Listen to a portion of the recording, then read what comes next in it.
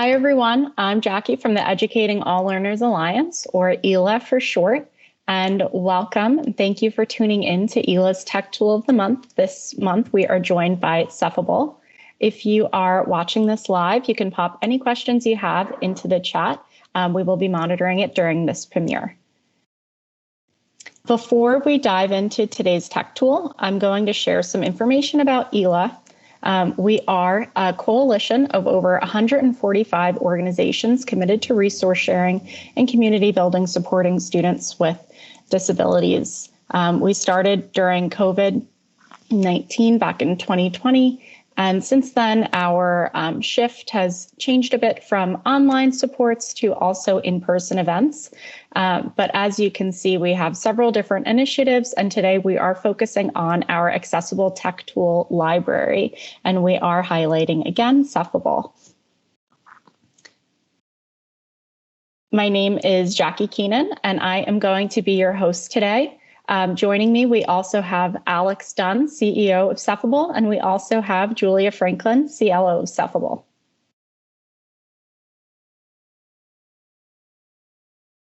So as you can see, here's a little glimpse into our tech tool library if you haven't had a chance to check out our website yet.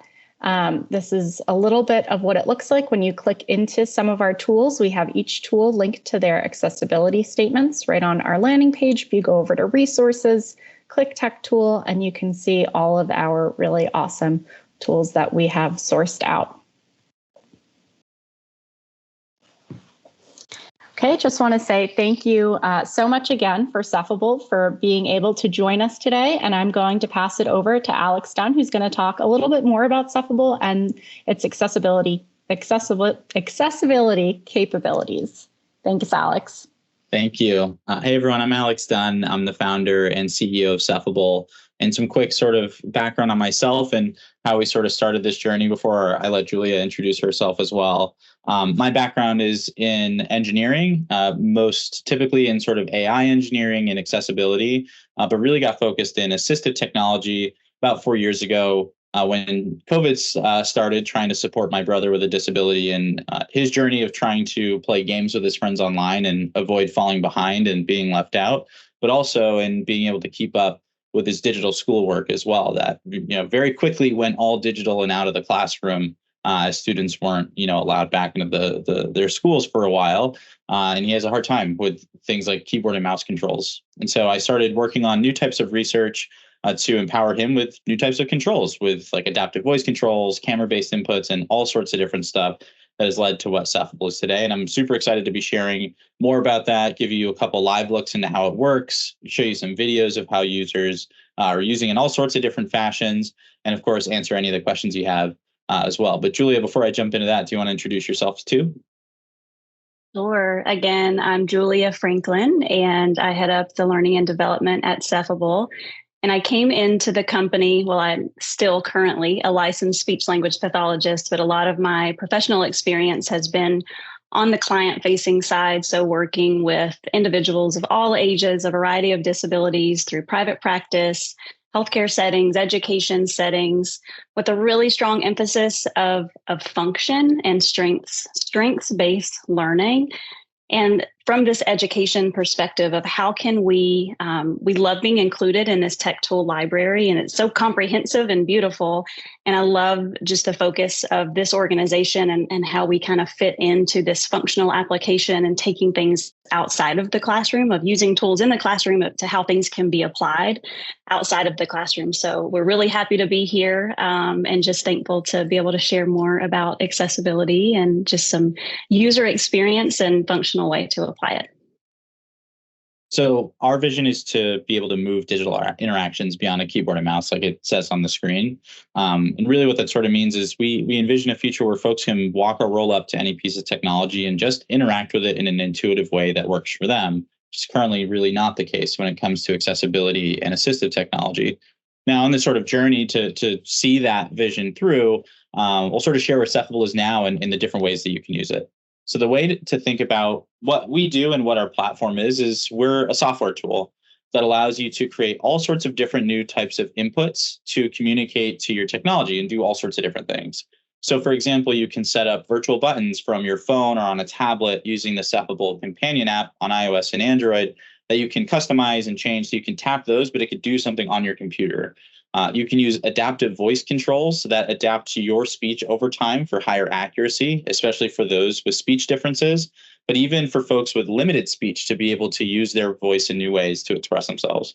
You can also use your camera as a new way to control your tech too, with things like face expressions, like moving your eyebrows or your mouth, head motions, tilting, turning, leaning, and all that stuff too. We also have support for certain types of physical switch devices, like the X keys devices. You can also do some fun stuff with device motion too. So taking your phone or your tablet, tilting it, turning it, shaking it, and ultimately telling Cephable what you want it to do when you do those things. What voice commands do you want to be able to use to play certain games, or to be able to use tools like Google Classroom or Google Slides or things like that? But people use Cephable for a lot. They use it in schools, they use it at work, they use it at home with their friends, and sort of everything in between, at really all of those digital touch points. Now, I can talk about it all day, and I'm excited to sort of give you more of a walkthrough of it. But before we do that, I wanted to show you a video of some of our users using Cephable in different ways as well, from people controlling social media and creating PowerPoint presentations like the one we're showing you today, to controlling Excel, to using Photoshop and everything in between. So let's take a look at that.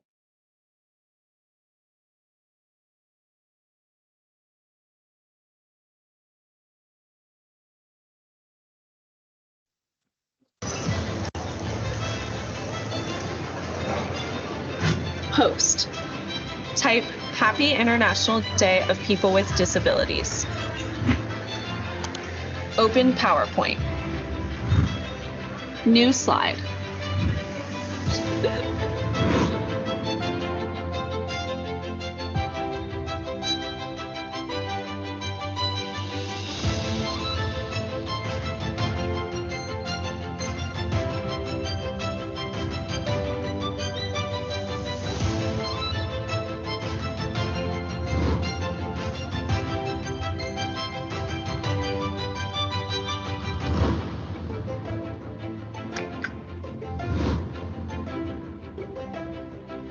Scroll down.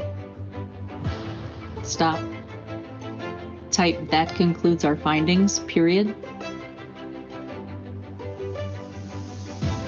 Open Excel. Okay.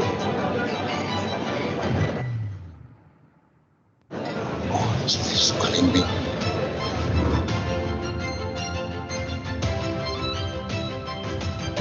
Brush.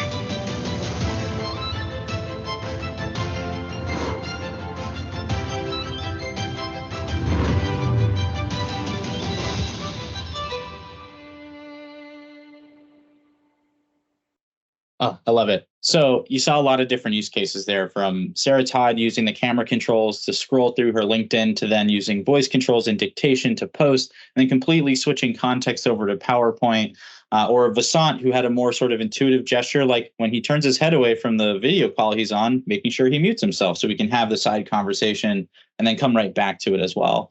Or Richard, who has an injury in his left arm and can't use the keyboard shortcuts that he's used to using, across his Photoshop and drawing, and instead replacing those with voice commands, so he can switch tools by saying like brush or select or things like that, while still using his right hand.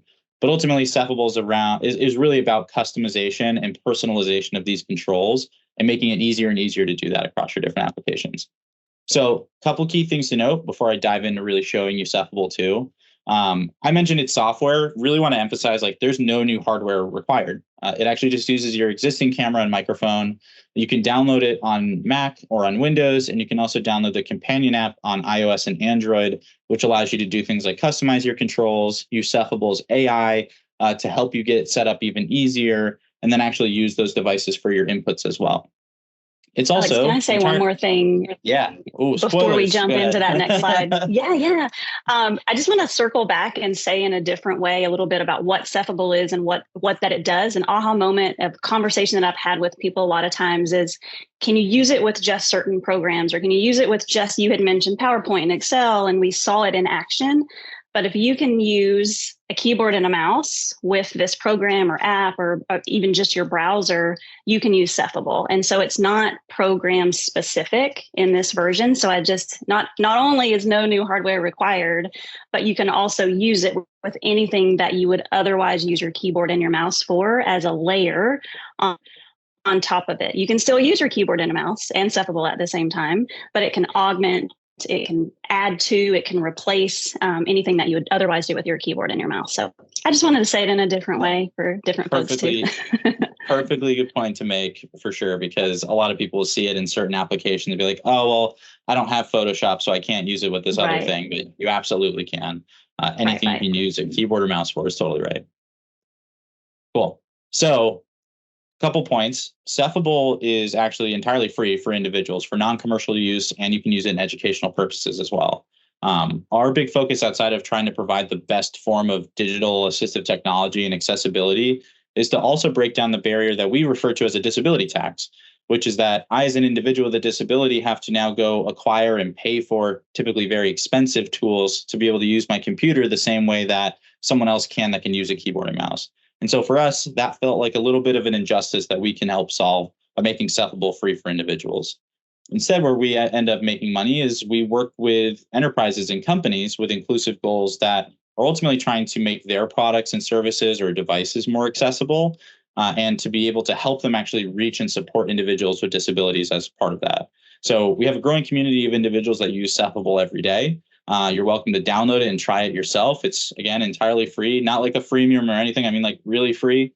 And if you're folks that are looking to actually support these types of inputs for your applications or for your devices or your services, that's where we can actually go a little bit further and help integrate and support there as well. Now, trying to get ahead of one of the other common question areas around privacy and security, because running an application that's connected to the internet and is asking me to use my camera and microphone all the time can be a little scary. And it's a very intentional thing that we looked at with how we implemented Cephable's controls. So first and foremost, your audio and your video, when you're using your microphone and your camera controls, are never recorded and they're never streamed anywhere. They actually run entirely offline, meaning that you can still use these inputs even when you're not connected to the internet too. So you can still use your voice controls, you can still dictate, you can still use your camera inputs, you can use our head mouse controls, anything like that entirely offline. The only things that are ever saved to the cloud are your personalized settings and your controls. That way you can use them across multiple devices, but they're all sort of locked down specifically to your account as well. So it's not just about the privacy too, it also just makes it a little bit more performant so it can be faster and again, not relying on the internet as well. Okay, let's have a live look at Cephable. I'm going to give you just sort of a quick tour of some of the real important parts and sort of help you see it in action. And then I'll actually use it to control this PowerPoint, which I think is always a fun way to show it live here too. So Alex, as you switch over, could I just say one more thing? So we mentioned, so Alex is going to be showing the desktop app. And another major question that we get a lot of times is, can I use this on my phone or my tablet? Do you have a mobile app? And yes, we have a mobile app, but it's considered a companion. So our primary app is on desktop. So any of the new inputs that you're bringing, face expressions, voice commands, virtual buttons are all acting to control your computer, your desktop, or your laptop. So if you can use Cephable without your phone or your tablet, but if you choose to add the Cephable companion app on your phone or your tablet, you get additional inputs. So it's additive. It's kind of like a remote control for your computer. So the primary experience is on your computer, and that's what you're going to mostly see from Alex today.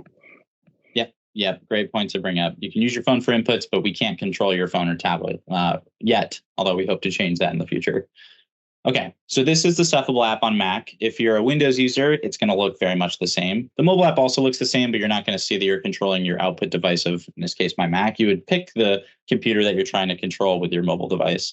So there's really kind of three main areas to understand about how Cephable works and how you can customize it. One is your control profiles. And this is what helps Cephable know what you're trying to control or use or create and how you want to personalize it for certain programs or certain use cases. So you can see, for example, in this drop down here, I can switch the profile that I have, but I'm currently on a profile for PowerPoint. Within a profile, this is where your controls are and where you can customize things too. So for example, I have controls for giving presentations, so next slide and previous slide, but I also have controls for shortcuts like creating a new presentation, opening an existing one, printing, searching, saving, all those things. And for example, if we open up copy, we can see that I have voice commands where I can say copy or copy text. And what's really happening behind the scenes is that Cephable is doing Control C, if I'm on Windows in that case, to copy the text. But I can edit this, I can add new types of controls to it and everything else, really sort of showing how deep you can go in customizing, but you don't have to go through this process of like manually creating all of these controls all the time. The other sort of side of that disability tax we talked about is the overhead and the work that you have to put in to configure assistive technology. And it's another area of focus for us that we want to make a bit easier. So while you can go in and customize as far as you want, we never want to compromise on that side. We also want to make it a lot easier. So let's say, for example, I wanted to create a new set of controls, whether it's for a racing game, or if I scroll down for writing and editing and things, a calculator, one-click games, mouse basics, media controls, keyboard navigation, etc. There are a whole bunch of pre-built templates that you can use. For example, if we open up and preview this mouse basics set of controls, we can see that we have voice commands for moving our mouse up, down, left, and right. We also have a voice command for double click, and we have things for holding, click, and releasing. So I can either say hold, click, drag, hold mouse, or I could open my mouth, or I could tap a button from my phone. So any of these different inputs will end up holding down my left click. And then I have the opposite of that, which is release. So I can say drop, I could close my mouth, or I could tap release, which unlocks a whole bunch of different experiences. For example, if someone is able to use voice controls, they could say drag and then move their mouse and then say drop, and they can drag and drop things.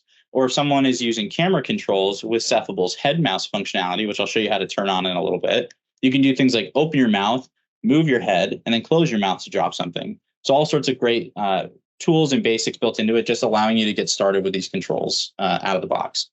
But now let's say you want to do something outside of one of these templates and you want to create something that's new, whether it's a different application, a type of game you're trying to set up, or maybe you're just trying to set up some things a little bit more uniquely than what's already in these templates. There's two things you can do.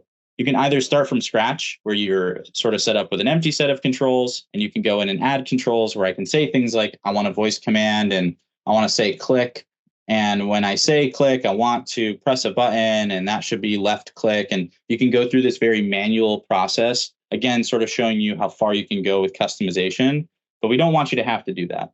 Instead, what you can also do is use Cephable's AI to generate it as well, which allows me to basically just tell Cephable what I'm trying to do and have it generate all the controls for me. So I don't have to know all the keyboard shortcuts and things like that. I can just say things like, for example, I want to use PowerPoint, and I want voice controls and head movement and virtual buttons. And just like we saw in the profile before, I could even say, like, I want that to happen too, where I want to be able to, when I turn my head right, it should go to the next slide.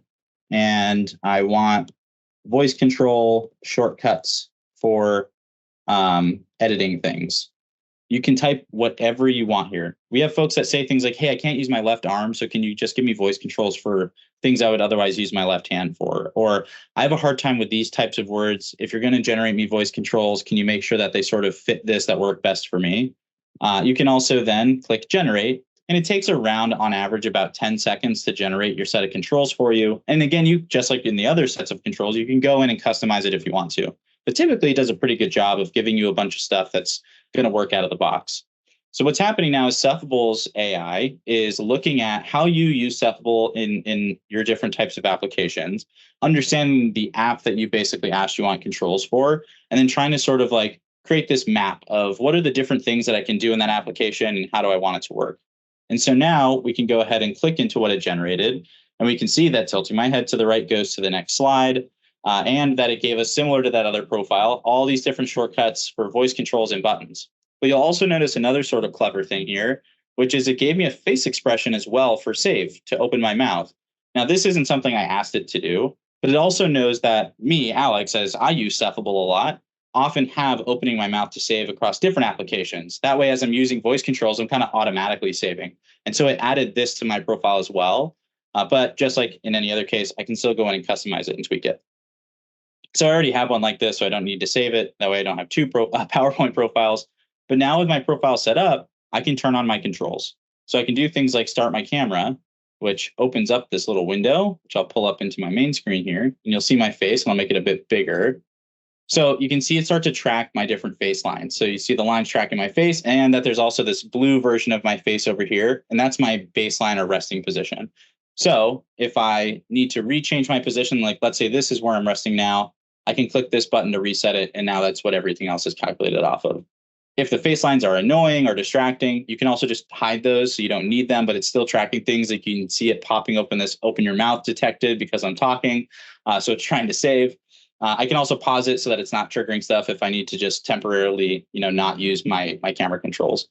Let's turn the lines back on and resume. And because we're in PowerPoint, and I have, again, in my profile, my next and previous slide is turning my head to the left and turning my head to the right, I can go back into the PowerPoint presentation and turn my head to the left to go back to the slides that we already saw.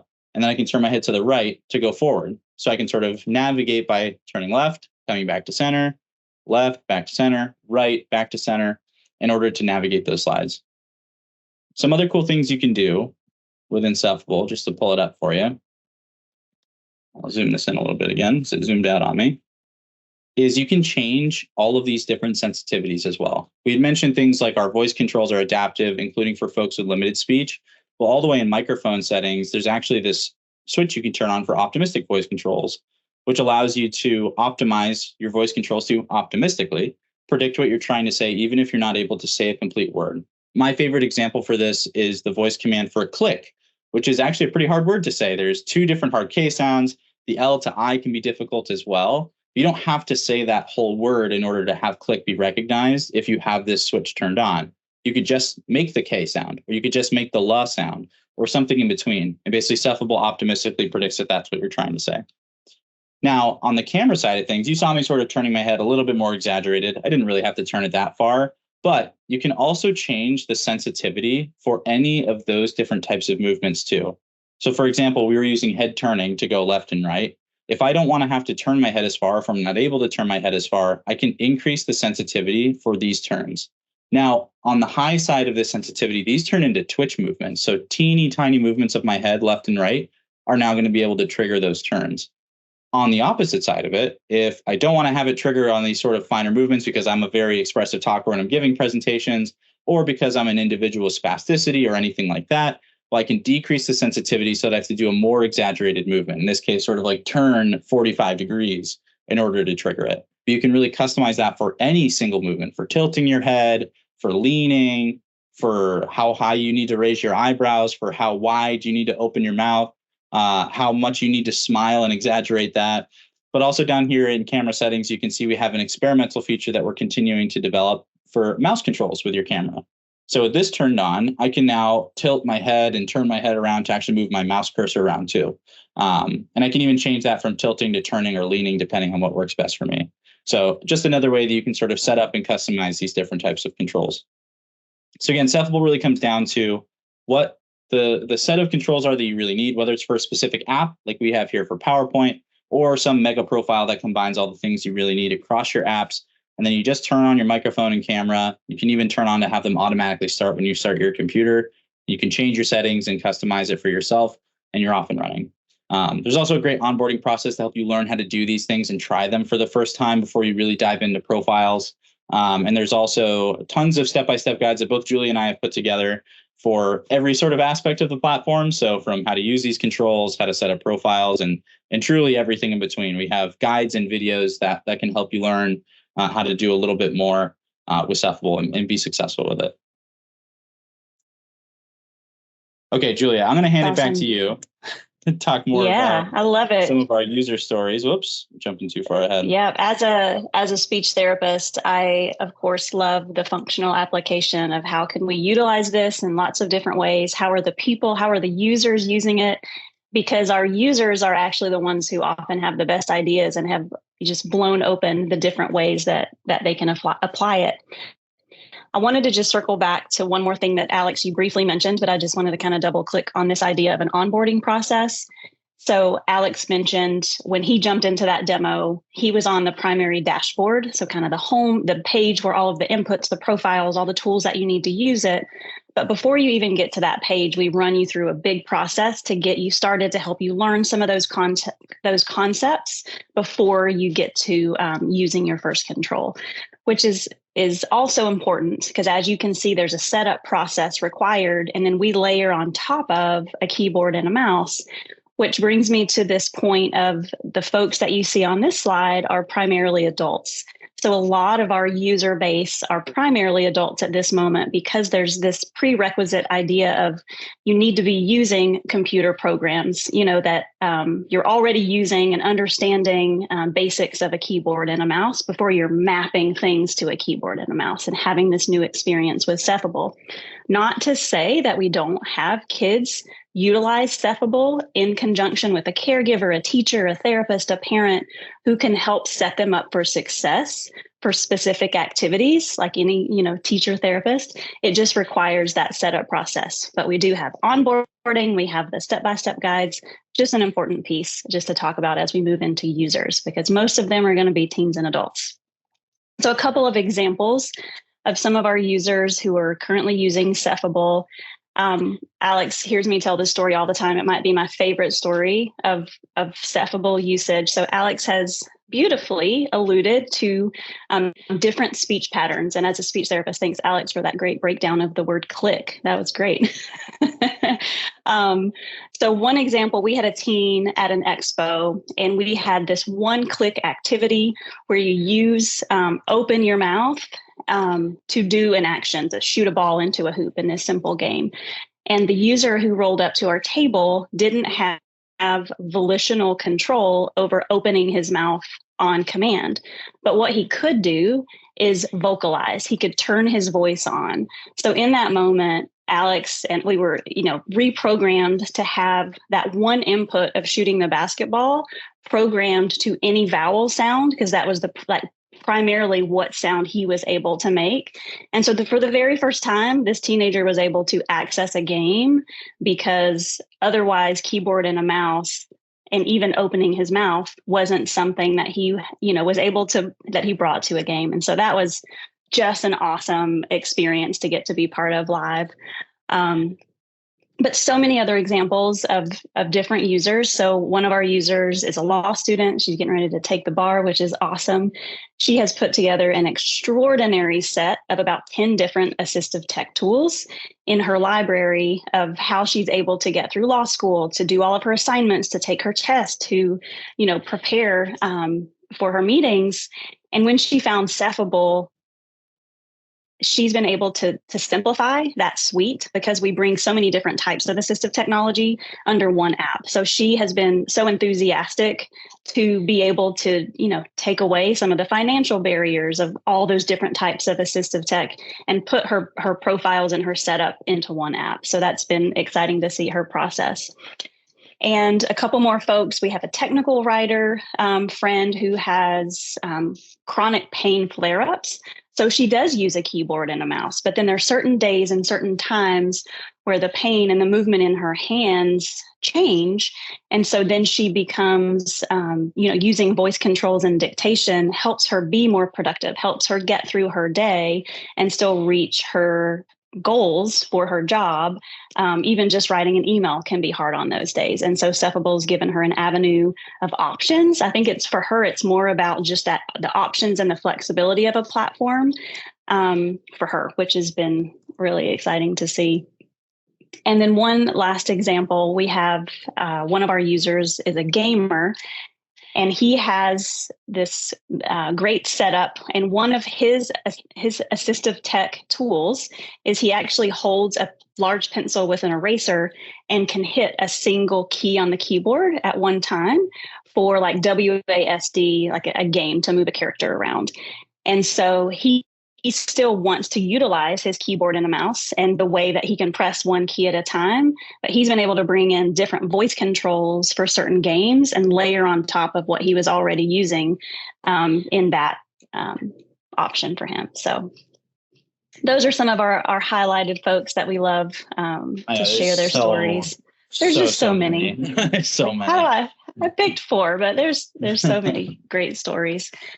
This slide just kind of, double clicks on some of those things that we just mentioned of what we're finding with Cephable, of bringing all the different types of assistive technology into one app just helps folks have options, be able to customize things, be able to move into jobs and be employed in positions where when a keyboard and a mouse is holding them back, Cephable just gives you more options for employability.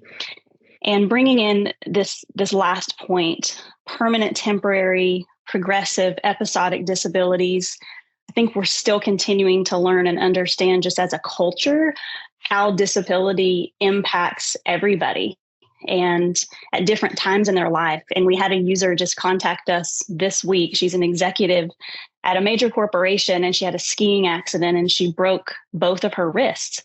And so in order for her, it's a temporary injury, thankfully, but now she needs assistive technology this week where she didn't last week. And so we're finding these use cases where it's so important for not just folks with visible and permanent disability, for all of us to have options for assistive tech, because we live in a world now that there's so much digital first activity for our work, for our play, for our communication. And so we just find that really important with how we continue to move forward and build our product and continue to learn through use cases. So we'll start to wrap things up and just invite you, as Alex did earlier. We, here on the community side, we're free for the individual. Our big goal at this moment with what we just mentioned, that we all need assistive technology. We just want to invite you to download it. You can download it for free onto your PC, onto your Mac, and work on augmenting other inputs and just playing with the different inputs, sharing it with people that where it would be helpful. We also partner with organizations through a non-revenue basis to build our community for organizations such as like state level assistive technology organizations, different groups that support folks with disabilities, folks who need assistive technology. And we provide, them access to support from us, invitations to events and things that we're getting ready to roll out. And we like to provide reciprocal value for different organizations too, that really align with the vision and mission of our company. And one of our favorite ways that you can join our mission and get involved, I say one of my favorite ways, is we have a group of power users. We fully believe that our users are an integral part of the way that we build, the decisions that we make. And so we have a user advisory board that we call the consortium. And we invite people into cohorts of feedback where they work with me and they work with our head of engineering and really work through their particular use case and look at them as a whole person and how Cephable is impacting their whole life, their digital life, since that's, involved in so much of what we do as humans on a day-to-day basis. So lots of different ways that you can get involved, but we just want to help, get Cephable into the hands of people who can benefit from it. And we created a landing page if you would like to follow up on any of these slides, cephable.com/EALA. You can have the slides, you can watch the videos again, and we provided some helpful links and resources to some of the things that we shared that will hopefully be helpful for you to continue learning more and dive in and join us. Just wanted to thank everyone for your time and joining us and learning a little bit more about Cephable. And we have the quote on screen about Cephable being more than a technology company. It's a movement, and it's very true. But also, Cephable is a community, and it's a community powered by individuals and also by our community partners as well. So please do reach out if you think that Cephable can be helpful for you or for folks that you work with or anyone else that's looking to create new options for controlling their tech. And again, just thank you all so much for the time. Thanks so much, Jackie. We've enjoyed it so much. Collaborating with you guys. Yeah, Julia and Alex, thank you so much for that very comprehensive demo. I mean, you can tell that Cephable has been very intentionally and thoughtfully created. And, you can tell that you're taking feedback from your users. And I mean, I was completely blown away to see all of the detail and attention to design that went into the product. So thank you so much for taking the time to really highlight all of that with our users. I appreciate that. To learn more about accessibility through EALA, you can go ahead and go onto our website, educatingalllearners.org/ed-tech/. And then if you're interested in signing up for our Accessibility Basics course for EdTech solution providers, you can go to educatingallaccessibility.org.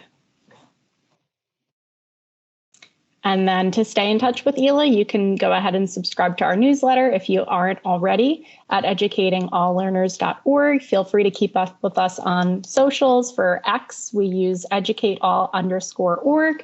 And then if you have any resources, we have a free and open access resource library in addition to our tech tool library, where you can email me any resources. And if you're interested in joining the Alliance, feel free to email Aurora at innovateedunyc.org. Again, thank you so much to Alex and Julia for joining us today, and also for folks watching. I hope you enjoyed.